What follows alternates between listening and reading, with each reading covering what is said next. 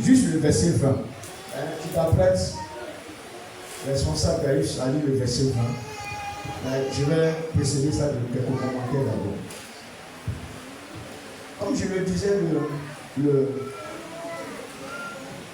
le jeudi, nous avons vu ça. Dieu l'a fait assez de bien. La crainte de Dieu, elle est importante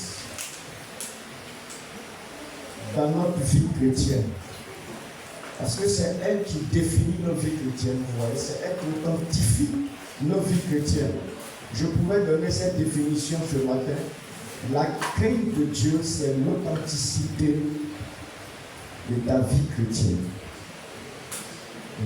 La crainte de Dieu, c'est l'authenticité de ta vie chrétienne. S'il n'y a pas de crainte de Dieu dans ta vie,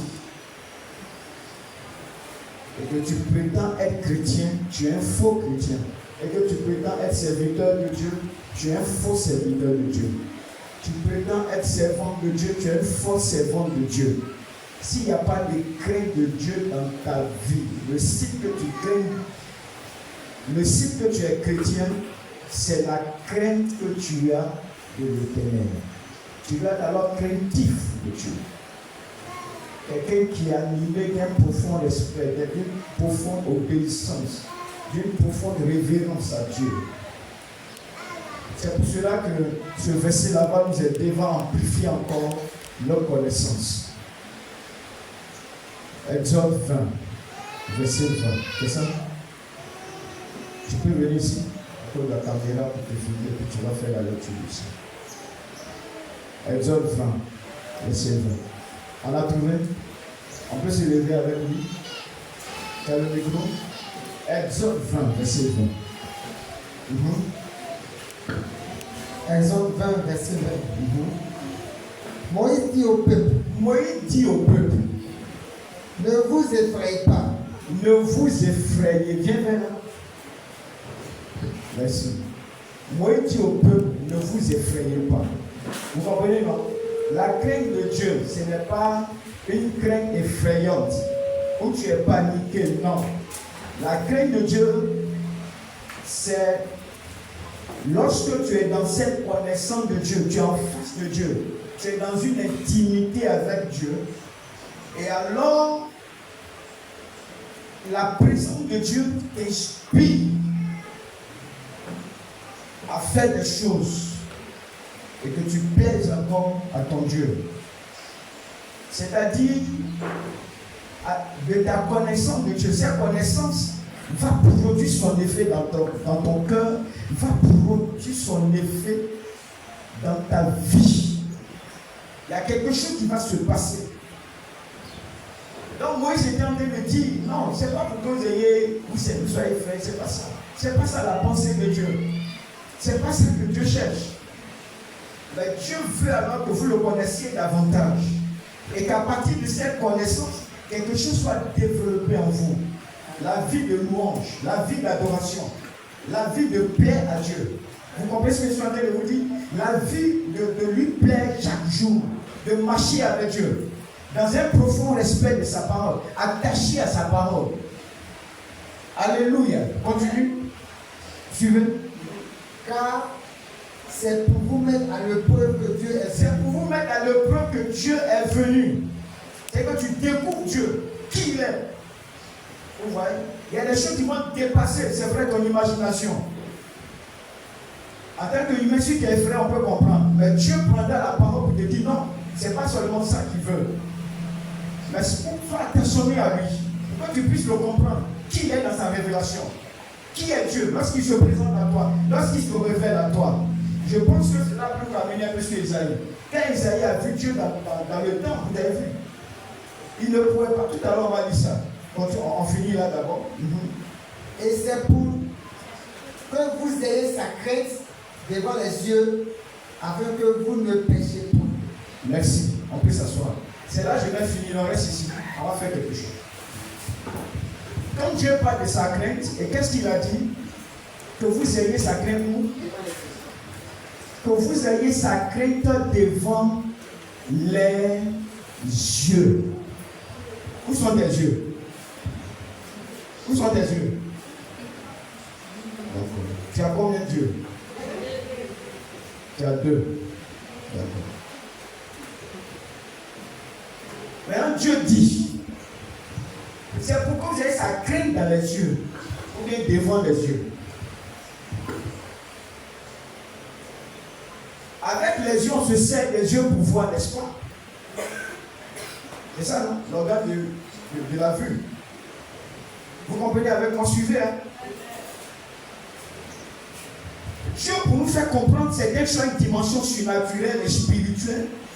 Et comme nous sommes humains, nous sommes physiques, il utilise alors les choses physiques pour nous faire comprendre les choses spirituelles. Et ces choses physiques se matin sont des yeux. Et il dit pourquoi vous avez la crainte devant les yeux. Ça veut dire que la crainte de Dieu doit être devant tes yeux. Autrement dit, Dieu est devant tes yeux. Tu l'aperçois, tu le regardes. Est-ce que vous comprenez ce que tu as dit? Dieu, il est omniprésent. Il est partout. Il n'y a pas un lieu où Dieu n'y est pas. Quand alors il te dit que pour que tu aies sa crainte devant tes yeux, autrement dit, partout tu seras, tu craindras Dieu. Ou alors tu le verras devant tes yeux, partout tu seras. La crainte de Dieu n'est pas seulement à l'église. La crainte de Dieu n'est pas seulement devant ton frère physique, devant tes pasteurs. Mais la crainte de Dieu, c'est même quand tu n'es pas à l'église. Partout où tu te trouves, dans le secret, Dieu y est. C'est ce qu'il est en train de te dire ce matin. Quand tu es seul quelque part, tu dois avoir la conscience que Dieu y est. Quand il parle d'avoir la crainte de Dieu devant tes yeux, Dieu est en train de te dire le message que Dieu est en train de te transmettre est ceci: tu dois avoir la conscience de la présence de Dieu partout où tu seras. Voici ce que le message veut dire. Avoir la crainte de Dieu devant les yeux, c'est avoir la conscience de la présence de Dieu partout où tu seras. Tu es au village, tu es allé en vacances, tu es allé en congé, tu t'es déplacé. Mais la crainte de Dieu doit être dans ta conscience, devant les yeux. Et si tu as la conscience de ça, de la présence de Dieu, alors tu dois respecter Dieu. Tu ne dis pas que non, mon frère ne me voit pas. Telle personne ne me voit pas. Oh, Dieu te voit. Et toi aussi, tu dois le voir. Quand tu as cette conscience, il y a des choses que tu ne peux pas faire pour dire non, personne ne me voit. Parce que souvent, quand les gens veulent faire des choses mauvaises, Satan les blague. En ce sens que le diable communique que personne ne te voit. Non, tu peux prendre l'argent, personne ne te voit, on ne saura même pas. Il y a beaucoup d'enfants dans la maison, on va accuser tout le monde, vont chercher le voleur. Si qu'est-ce que c'est pas toi? Ils sauront que l'argent est perdu. Mais qui a pris l'argent? On ne saura pas la personne. Donc le diable jette des idées bizarres, malsaines, dans l'esprit, dans l'intelligence de ceux qui n'ont pas la crainte de Dieu. Mais Dieu lui dit, afin que nous ayons sa crainte devant les yeux. La conscience que Dieu est avec moi partout où je serai. Si tu n'as pas cette conscience, tu n'as pas la crainte de Dieu. Mais si tu as cette conscience, tu réalises qu'il est avec toi. Et comme tu as le respect profond pour lui, il y a des choses que tu ne peux pas faire. Tu ne dis pas, non, ici, on ne me voit pas. Les hommes ne me voient pas, ils ne le sauront pas. Tu ne te dis pas de telles choses. Alléluia. Et par l'entremise de Moïse, le message de Dieu a été transmis à cette génération de Moïse, les enfants d'Israël. Que partout, même si tu es dans le noir, Dieu lui te voit dans le noir. La crainte de Dieu, tu dois avoir cette conscience. Même si personne ne te voit, ce n'est pas une licence de faire des choses mauvaises. Tu prétextes qu'on ne t'a pas vu. Mais tu crains Dieu et tu sais que Dieu lui est là.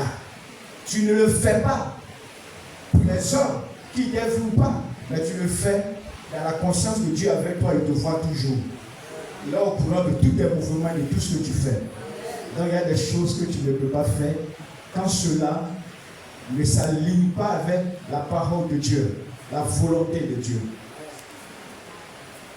C'est bon, ce matin, tu comprends la crainte de Dieu? Vis ces craintes-là. Alléluia. On n'a pas encore lu Esaïe, mais regarde dans... En fait, on va lire Esaïe, mais ce que je l'avais dit là, ça c'est après, on va voir. Dans Esaïe 6, on va voir ça après. Vois Esaïe 11, verset 2. Quand il parlait en tant que prophète du Seigneur Jésus-Christ, animé de l'Esprit de Dieu. Autrement dit, quand tu as l'onction, quand tu as l'Esprit de Dieu, comment la crainte de Dieu est développée en toi, est manifestée en toi? La réponse se trouve dans Esaïe 11, le verset 2. Esaïe 11, verset 2. L'Esprit de l'Éternel reposera sur lui. Je réponds. L'Esprit de l'Éternel reposera sur lui. Esprit de sagesse et d'intelligence. Esprit de conseil et de force. Esprit de connaissance et de crainte de l'Éternel. On va aller au 3, c'est le 3 je veux. Mais dimanche passé, on avait vu ça. Esprit de connaissance et de crainte de l'Éternel. Cela va de pair. Plus tu connais Dieu, plus tu crains ton Dieu. C'est ça l'esprit de connaissance et l'esprit de crainte de l'Éternel. Il y a le verset 3. Verset 3. Il respirera la crainte de l'Éternel. Merci, on s'arrête là. Celui qui a le Saint-Esprit, quelqu'un sur qui l'Esprit de Dieu repose, l'Esprit de Dieu t'a été donné. Et en tant que chrétien, tu es défini par ce principe. J'aimerais vous poser la question. Tous, on nous a appris ceci, que l'homme pour vivre, il doit respirer l'oxygène, n'est-ce pas? Hein? Il doit respirer quoi? L'oxygène. Si tu n'as pas d'oxygène, tu ne pourras pas vivre. Vous êtes d'accord avec nous? S'il n'y a pas d'oxygène ici, tu seras étouffé. Quand tu respires, c'est l'oxygène que tu es en train de respirer. Vous comprenez? Le gaz carbonique ne peut pas te faire vivre. Même si dans la version, je suis en train de découvrir quelque chose qu'on ne m'a jamais appris à l'école. Ce matin, certainement, toi aussi tu es en train de découvrir quelque chose que on ne t'a jamais appris à l'école, ou même quelque chose qu'on ne t'a jamais dit.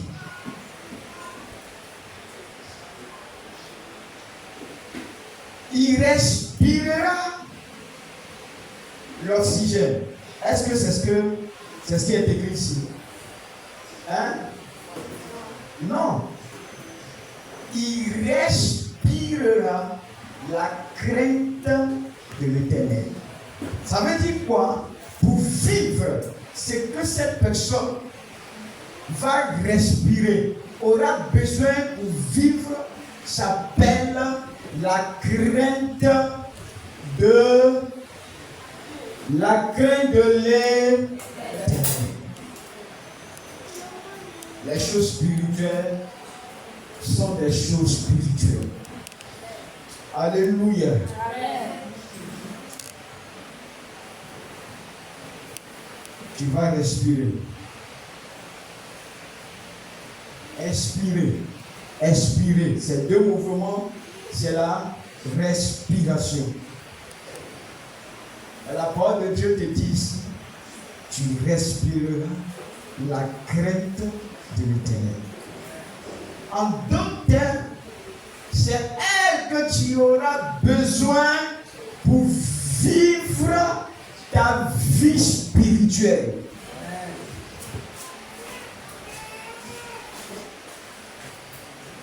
Ta vie spirituelle, qui est la plus importante vie sur la terre, la plus importante dans tous les domaines, parce qu'elle est éternelle. Dieu ne dit pas que tu vas respirer l'air, tu vas respirer ceci. Mais il te dit que tu respireras la crainte de l'Éternel. Chrétien, pour vivre en bonne santé, en bonne forme, il te faut la crainte de Dieu. Si tu ne respires pas, comment tu pourras vivre? Si tu n'as pas la crainte de Dieu, tu mourras. C'est ce que ça veut dire ce matin. Plusieurs spirituellement sont morts parce que leur vie est dépourvue de la crainte de Dieu. Plusieurs ne vivent pas. Peut-être qu'ils existent, mais ils ne vivent pas. Ils n'ont pas de respiration. Quand tu n'as pas de respiration, tu es un homme mort, tu es une femme morte. Alors ce matin, identifie-toi, tu es dans quelle catégorie? Dans la catégorie de ceux qui vivent ou de ceux qui sont morts. Si tu veux vivre, voici le conseil que je te donne ce matin. La crainte de Dieu, s'il te plaît. La crainte de l'Éternel, s'il te plaît, s'il te plaît. S'il te plaît. Sinon, tu n'es pas en train de vivre. Sinon, tu n'es pas en train de vivre. Veux-tu vivre ce matin? Je vous avais dit, je vous avais promis que nous allons voir les bénédictions rattachées à la crainte de Dieu. Et nous sommes déjà dans le message. Il y a une bénédiction quand tu crains Dieu. Mais il y a une malédiction quand tu ne le crains pas. La bénédiction que tu vis, tu as la vie en toi. Quand quelqu'un respire, physiquement, si tu vois quelqu'un qui ne respire pas, tout à l'heure tu vas commencer à pleurer parce qu'il est mort. Mais j'ai l'impression que la mort spirituelle ne dit rien aux gens. Quand la crainte de Dieu ne te dit plus rien, c'est que la mort spirituelle ne te dit plus rien. Quand quelqu'un perd la vie, on pleure. Ça nous fait mal.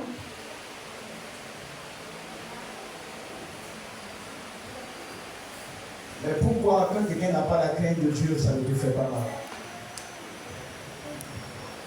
Si ça te fait mal, alors tu dois craindre Dieu. Est-ce que tu veux vivre ce matin? Amen. Est-ce que tu veux vivre pour l'éternité ce matin? Amen.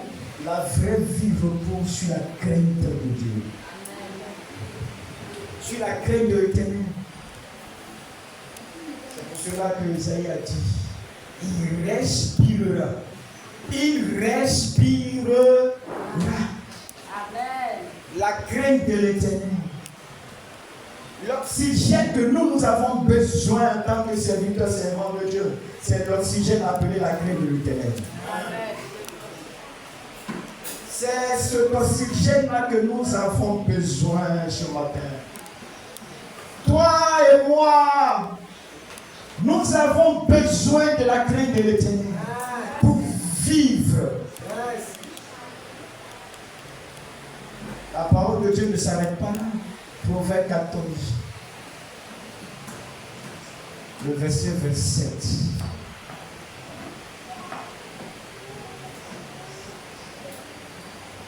Dis-moi ça.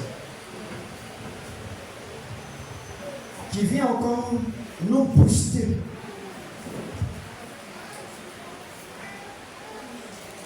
Et que nous restions dans cette posture de la crainte de l'Éternel. Oui. La crainte de l'Éternel est une source de vie. Elle est une source de vie. Vous voyez les bénédictions rattachées à ce principe. Elle est une source de vie. Tout dans la part de respiration. La respiration est une source de vie. Quand tu n'as pas ça, c'est fini. Ce matin, je ne suis pas en train de vous parler des choses des enfants. Je suis en train de vous parler des choses. Des choses concernant des personnes matures spirituellement. Ce message ne concerne pas l'enfantillage. Ce message, c'est pour des matures. Quand on parle de la crainte de Dieu, c'est pour des matures. Des hommes et des femmes bien partis dans le Seigneur, qui veulent développer une certaine statut spirituel, une certaine dimension spirituelle, qui veut aller dans les choses profondes avec Dieu, qui ne sont pas prêts à s'arrêter en cours de chemin. Parce que Dieu a tracé un plan formidable, un plan merveilleux pour eux. Ces personnes-là ont une rage de découvrir des choses excellentes, le plan de Dieu à leur égard. Ils sont prêts, ils ne s'arrêtent pas. Ils veulent développer quelque chose. Il veut aller avec Dieu. Il veut aller dans la profondeur avec Dieu. Il veut connaître Dieu dans des dimensions merveilleuses, glorieuses.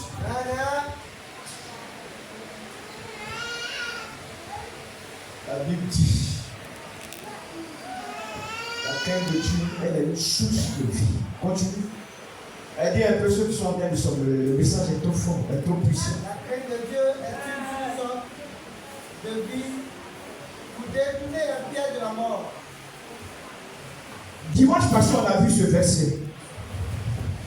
Mais je ne viens pas expliquer de façon profonde les pièges de la mort.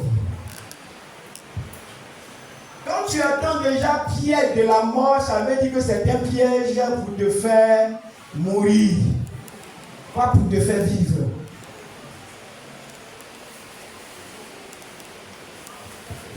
Satan ne pourra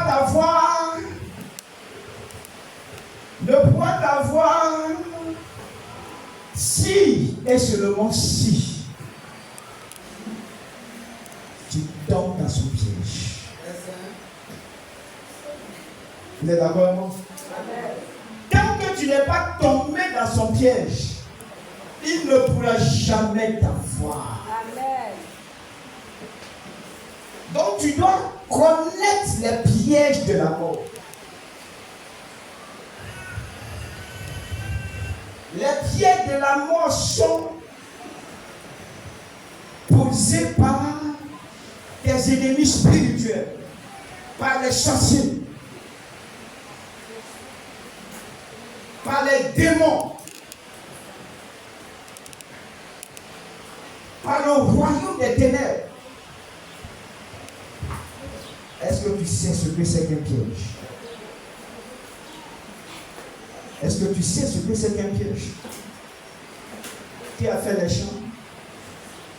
Qui a fait la bourse comme nous? Acclame le Seigneur. Qui a fait la bourse comme David, le roi David? Qui a fait la bourse comme le roi David? Dans la bourse là.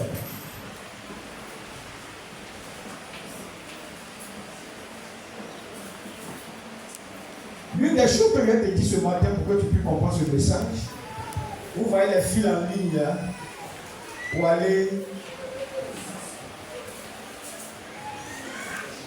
à la pêche. Vous avez compris ça? Hein?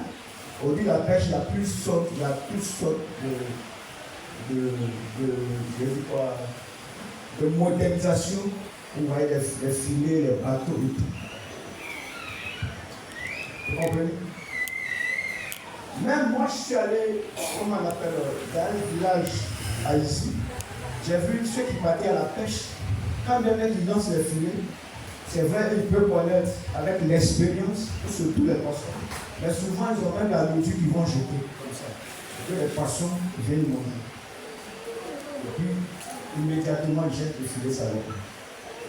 Mais la pêche en ligne, là, comment on l'appelle? La maison. Vous voyez cet instrument? C'est blanc comme ça. Qui a déjà vu la maison? Qui a déjà vu ça? Vous voyez comment ça? C'est en signe, en signe de cocher là. Pour que dès que le poisson prend, ça puisse l'accrocher.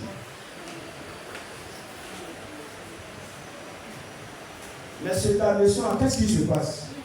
Est-ce qu'on met directement sur la ligne et puis on jette? D'accord. Il y a des intelligences sur le matin. Acclamez le Seigneur pour vous. Qu'est-ce que les poissons? Ils vont cacher la leçon. Vous êtes d'accord? Amanel, tu m'as dit ça.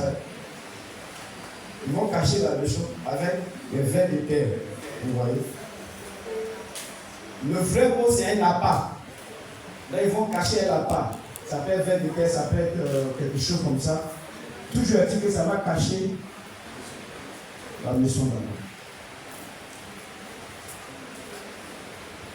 Dès lors que ça caché, ils vont jeter ça dans l'eau.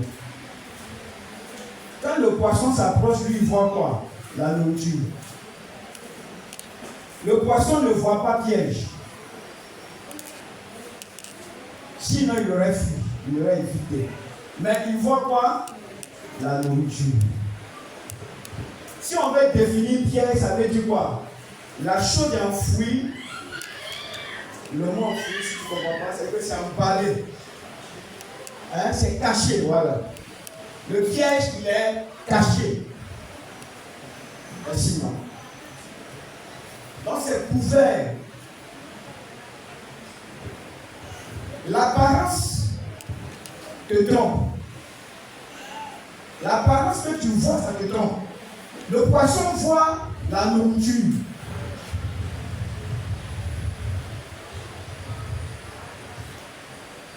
Mais il ne voit pas la leçon. Et ça ne pas ça.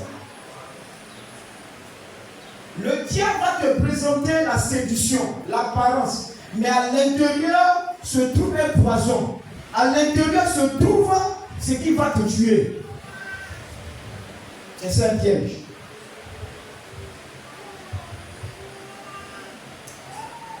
L'intérieur n'est pas vu, mais c'est l'apparence qu'on te présente. Et c'est un piège. Est-ce que vous comprenez? La raison pour laquelle beaucoup détournent des centaines de millions, détournent de l'argent en entreprise. Parce que l'apparence qu'ils ont vue là, c'est la richesse. Ah, si tu détournes millions, tu es millionnaire. Celui qui détourne millions, automatiquement, il est millionnaire. Le voleur, quand il vole millions, il est millionnaire. Vous comprenez, non?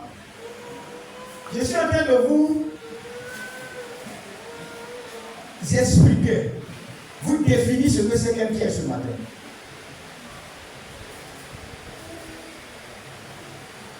Avec ma petite connaissance. Le piège, c'est juste l'apparence que l'ennemi te propose. Cette apparence attirante. Cette apparence séductrice. Donc ça te séduit. À l'occasion, pour être millionnaire, si je vole, si je détourne l'argent. Et certains m'ont dit non, si tu tues et puis tu fais sacrifice, donc ils vont aller tuer la personne pour aller faire sacrifice. Parce que ce qu'ils voient, c'est la séduction, la richesse. C'est ce que la personne voit. Vous comprenez? C'est ça le piège.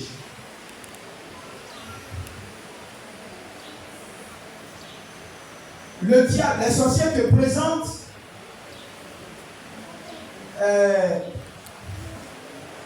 la jouissance du péché. Et toi, tu ne vois pas. Toi, tu vois une femme belle, tu vas sortir avec elle. Ça va te donner de la joie. Tu vois l'apparence, mais tu ne vois pas les conséquences. Tu ne vois pas le fond. C'est ça le piège. Plusieurs, parce que le diable les a séduits avec des jeunes filles ici. Satan leur présente une beauté angélique comme ça. C'est ça le diable, le mot là. Se déguise en ange de lumière. Le diable se déguise en ange de lumière. Or, il est ténébreux lui-même, il se déguise. Le piège est un déguisement. Satan qui se déguise en ange de lumière, les démons qui se déguisent. Plusieurs hommes, on leur présente de ces belles filles-là, puis ils tombent sur le coup de la séduction. Plusieurs tombent sur le coup des choses de ce monde parce que Satan leur a présenté une élévation apparente. Et il te donne des millions. Les derniers publics, comme on le dit, la chose ne t'appartient pas. Mais tu fais tout possible pour prendre. Parce que tu n'as pas devant tes yeux la présence de Dieu. Non, personne ne me voit.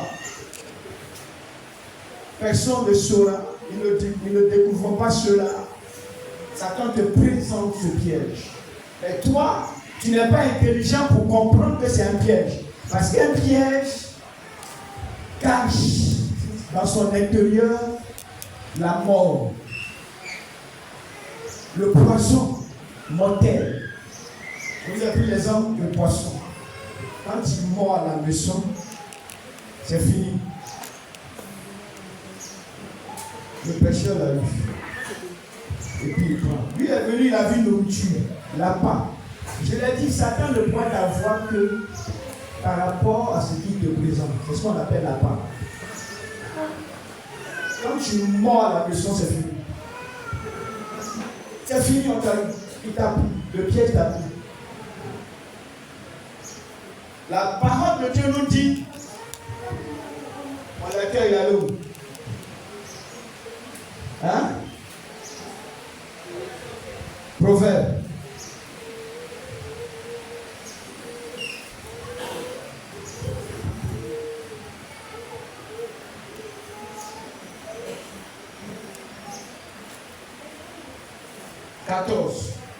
Verset.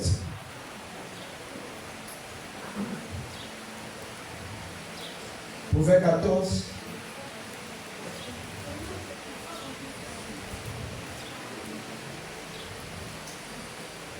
Verset 27. La crainte de l'Éternel est une source de vie pour détourner des pièges de la mort.